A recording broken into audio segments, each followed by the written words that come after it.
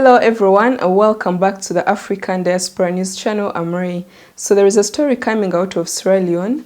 Sierra Leone is a small country in Western Africa in between Liberia and Guinea. So it is a tiny country, but it is endowed with a lot of mineral resources. So according to a local newspaper in this country called the Sierra Leone Telegraph, the parliament of this country has ordered for the closure of a certain Chinese company due to failure to honor its financial obligations towards the country.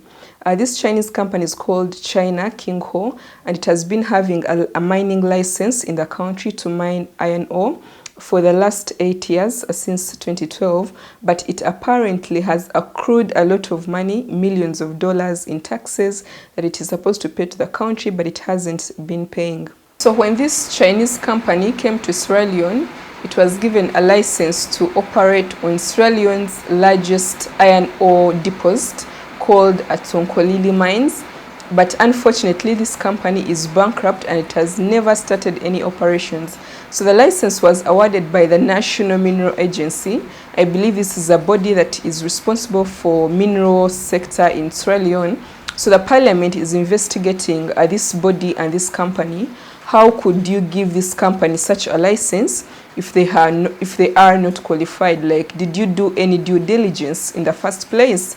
So when this Chinese company was given this mining license, it established 4 other subsidiary companies within Sierra Leone, namely China Kingho Mining Company Limited, Mass Energy Mining Company Limited, Northern Mining Company Limited, and Southern Mining Company Limited. So these are subsidiaries of the mother company, which is in China. And this company is also said to be the biggest private coal mining company in China.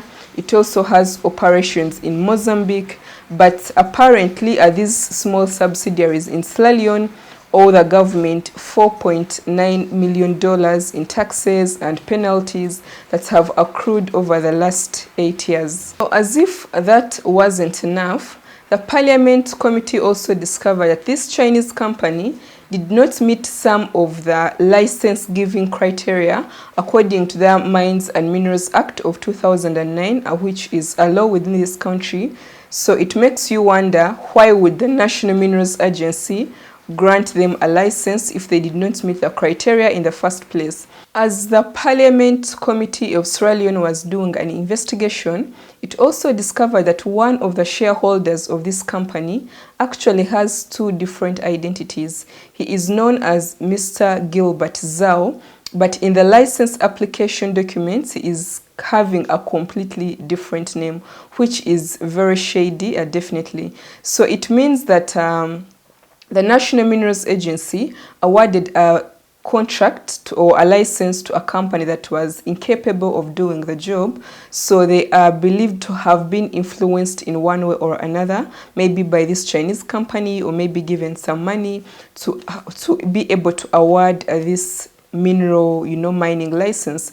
Because if you are given a mineral mining license for the last 8 years and they haven't done anything, how is that even possible for the last 8 years?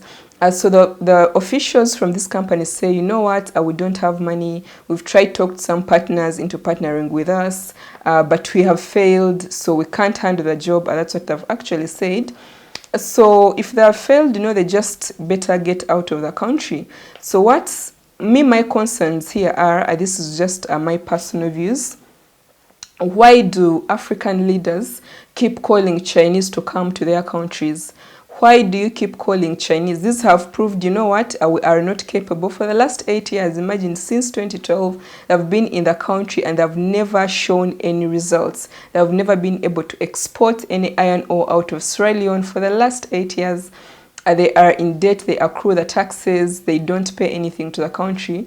So why would the Sierra Leone people think we can't do this ourselves and we need to invite Chinese into the country? Why do they have to keep calling them, Why can't the country, as the country, say, you know what, let's organize ourselves, secure some funds, get the equipment. This can take 5 years, 10 years, but if we can plan for this, we can get these minerals and mine for themselves as a country.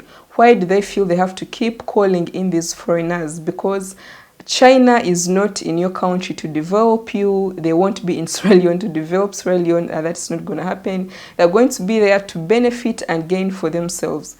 So I do not understand why African leaders keep doing this. They keep inviting Chinese into their countries.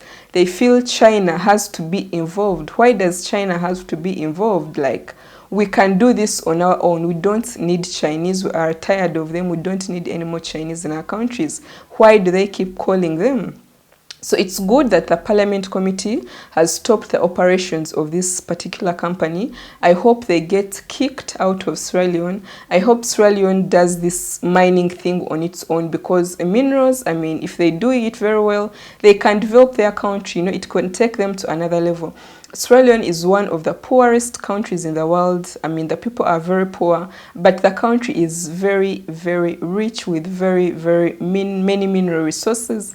But it is poor, so why can't it do better, you know? So just stop calling Chinese into your countries.